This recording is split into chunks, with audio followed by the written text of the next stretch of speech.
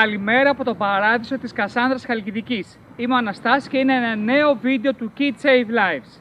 Σήμερα θα χρειαστούμε τη βοήθεια του 5χρονου Αύγουστου και της μαμάς του Ρένας, έτσι ώστε να σας δείξουμε πώς μπορείτε να σώσετε ένα παιδί που πνίγεται από ξένο σώμα και είστε ένα μέλος της οικογένειας.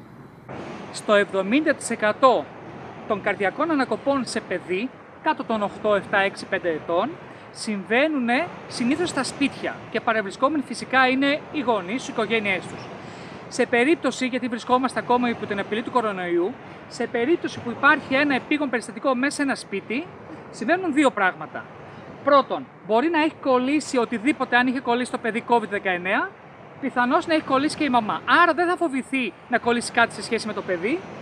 Και το δεύτερο που συμβαίνει είναι το εξής: ότι θα θελήσει να βοηθήσει το παιδί σε αυτή την επίγουσα κατάσταση, γιατί θεωρεί ότι είναι φυσικά ανώτερο το όφελος της επιβίωσης ενός παιδιού σε σχέση με έναν υποτιθέμενο φόβο να κολλήσει COVID-19.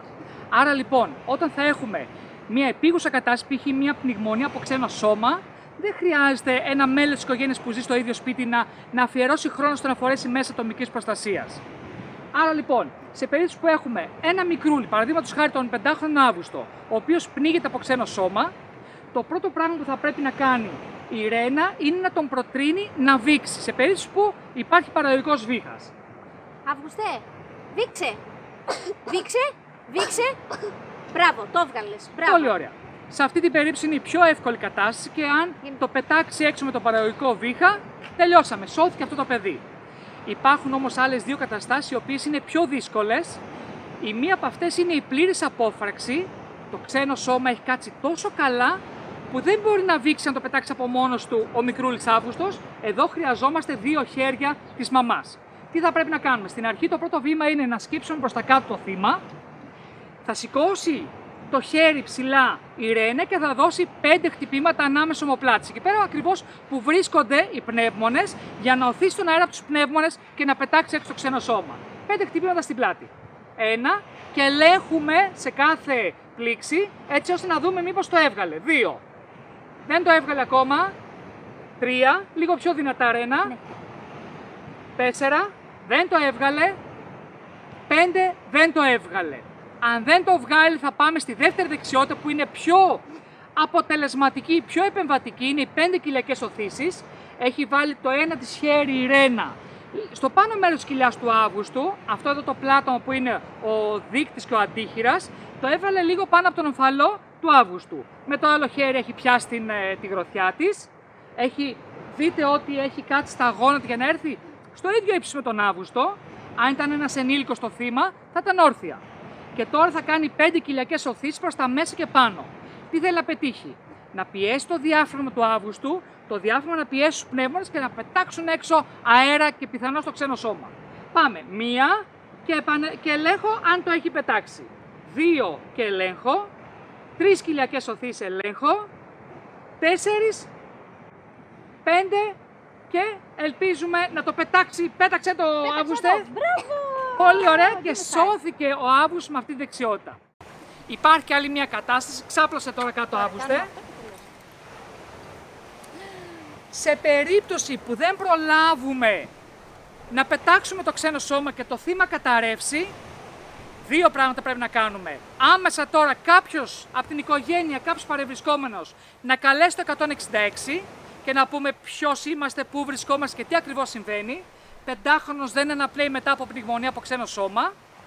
Εάν ήταν μόνη της θα μπορούσε να το κάνει αυτό πατώντας το κουμπί της λειτουργίας μεγαφώνου του κινητού. Και ενώ μιλάει στο ΕΚΑΠ πρέπει να κάνει κάτι πάρα πολύ σημαντικό, να ξεκινήσει θωρακικές συμπιέσεις στο θύμα. Πώς? Με το ένα χέρι τώρα, δεν είναι ένας ενήλικος για να χρειαστούμε τη δύναμη από τα δύο χέρια, το ένα χέρι ακριβώς στο κέντρο του θώρακα, θα έρθει, θα τεντώσει τον αγκώνα και θα έρθει κάθετα από πάνω. Ωραία, πιο μπροστά λίγο Ρένα, κάθετα να έρθεις εσύ. Ωραία.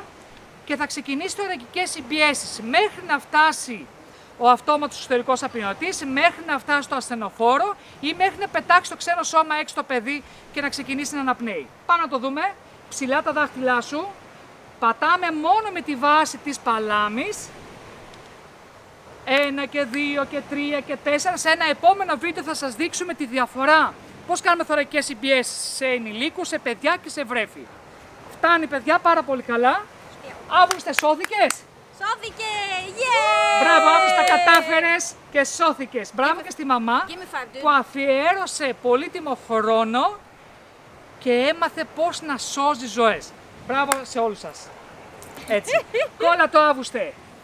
Μπράβο.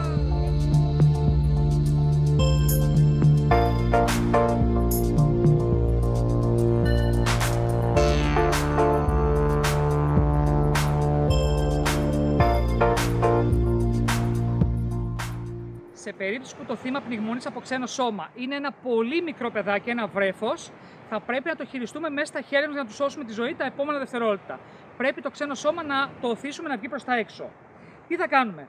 Θα το βάλουμε να ξαπλώσει πάνω στο αντιβράχιό μας, θα πιάνουμε εδώ πέρα το τράχυλό του αριστερά-δεξιά, θα σκύψουμε προς τα κάτω έτσι ώστε το στόμα του να είναι στην κατηφόρα για να βγει το ξένο σώμα πιο εύκολα και θα δώσουμε αρχικά 5 χτυπήματα ανάμεσα ομοπλάτες, έτσι ώστε να οθήσουμε το ξένο σώμα να βγει προς τα έξω.